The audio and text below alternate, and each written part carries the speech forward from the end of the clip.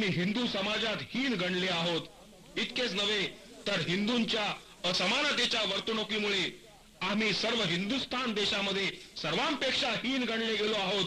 हा कलंक धुवून काढण्याकरता, नरदेहाचे चीज करण्याकरता जर कोणता एखादा उपाय असेल तर तो म्हणजे हिंदू धर्माचा, हिंदू समाजाचा त्याग करणे हाच होय. हिंदू धर्मात तुम्हाला स्वातंत्र्य आहे काय?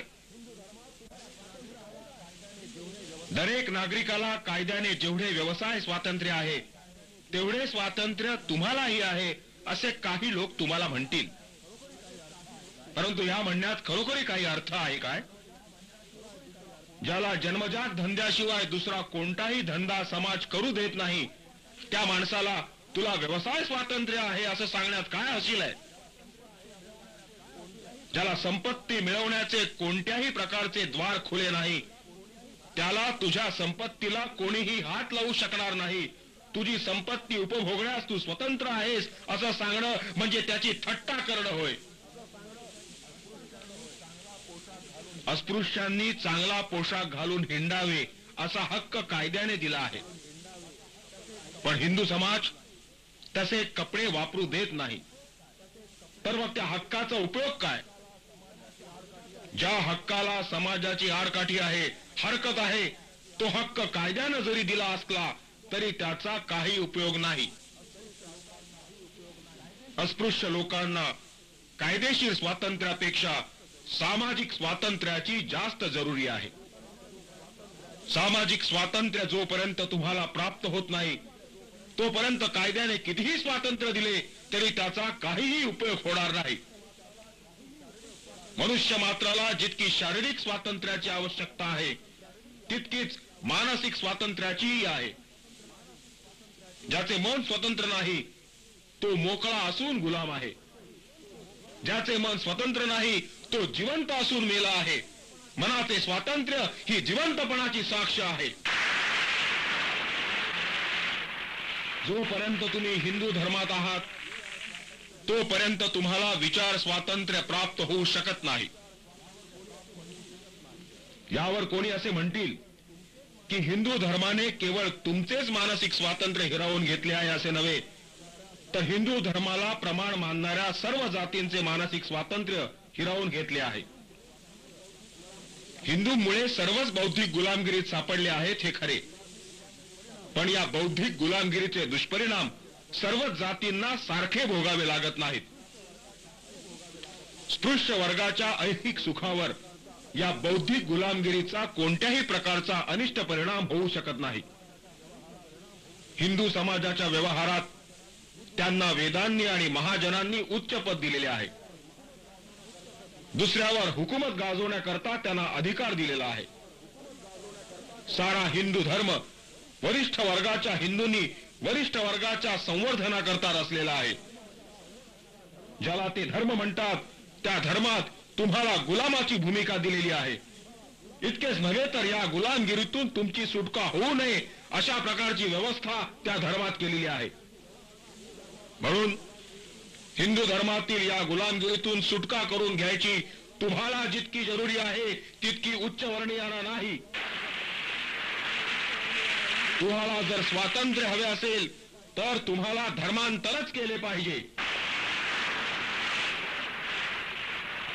अस्पृश्यता निवारणाची आज जी चळवळ चालू आहे त्या चळवळीवर अशी टीका करण्यात येते की तुम्ही आपापसातली जातीभेद अस्पृश्यता नाहीशी करा मग आमच्याकडे दाद मागण्यास या असा साळसूतपणाचा सल्ला त्यांना देण्यात येत असतो. अस्पृश्य वर्गात समाविष्ट असलेले लोक आपसात जातीभेद पाळतात आणि काही अस्पृश्यता पाळतात. या गोष्टीचा इन्कार करता येणं शक्य नाही. तरीही या अपराधाला ते कारणीभूत आहेत असं म्हणणे निखालस खोटे आहे. जातीभेदाचा आणि अस्पृश्यतेचा उगम वरिष्ठ वर्गाच्या हिंदूंच्या हातून झालेला आहे. जातीभेद आणि अस्पृश्यता पाळण्याचा धडा वरिष्ठ वर्गाच्या हिंदूंनी घालून दिला आहे. जातीभेदाच्या आणि अस्पृश्यतेच्या रूढीची जबाबदारी स्पृश्य वर्गावरच पडते. अस्पृश्य वर्गावर ती पडू शकत नाही. अस्पृश्य वर्गाचे लोक जातीभेद आणि अस्पृश्यता पाळताना वरच्या वर्गाच्या लोकांनी घालून दिलेला धडा गिरवित आहेत. त्याचे पाप ज्यांनी तो धडा दिला त्यांच्यावर येऊन पडते, ज्यांनी गिरवला त्यांच्यावर येऊन पडू शकत नाही. हे उत्तर जरी समर्पक असले तरी या उत्तराने माझे स्वतःचे समाधान होऊ शकत नाही. ज्या कारणामुळे अस्पृश्यता आणि जातीभेद हा आपल्यामध्ये शिरला, त्या कारणाला आपण जबाबदार नसलो तरी जो जातीभेद आणि जी अस्पृश्यता नांदत आहे तिचा धिक्कार न करणे, ती आहे तशीच चालून देणे आपल्याला इष्ट नाही. ती घालविण्याची जबाबदारी आपल्यावर आहे. महारातील शिकला सवरलेला वर्ग घेतला आणि ब्राह्मणातील शिकला सवरलेला वर्ग घेतला तर अस्पृश्य वर्गातील सुशिक्षित वर्ग जातीभेद मोडण्याला जास्त अनुकूल आहे, ही गोष्ट कोणासही कबूल करावी लागेल.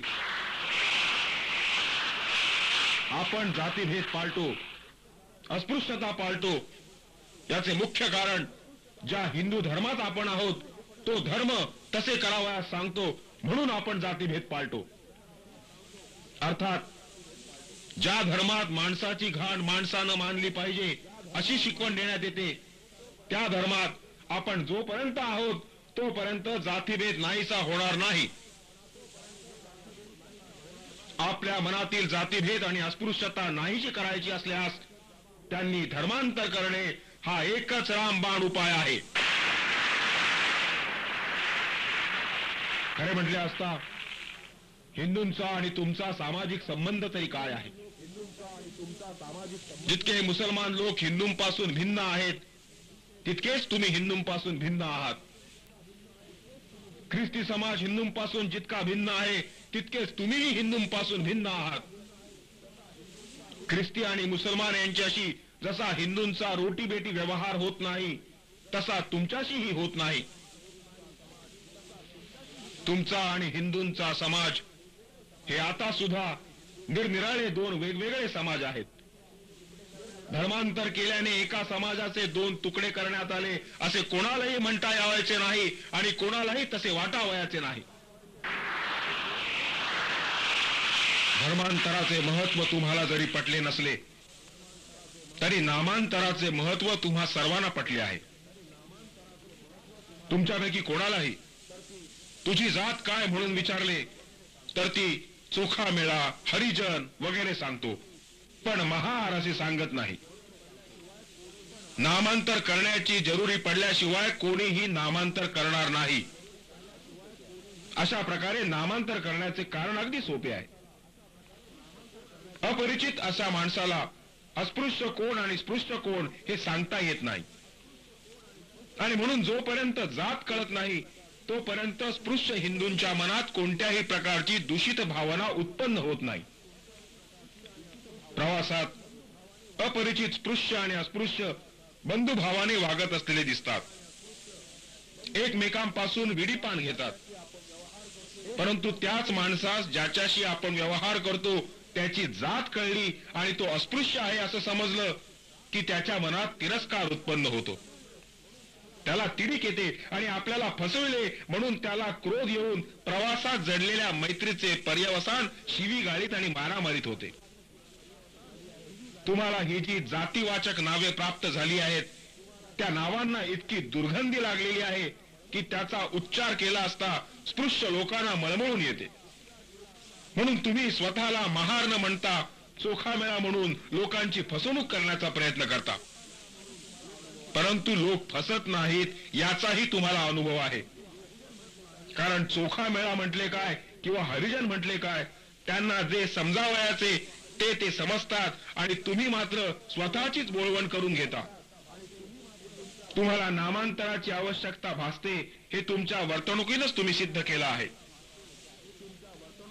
मला तुम्हाला एवढंच विचारावयाचे आहे की नामांतर करणे हे जर तुम्हाला आवश्यक वाटते तर मग धर्मांतराने होणारे नामांतर हे तुम्हाला खिस्त फायदेशीर पडेल.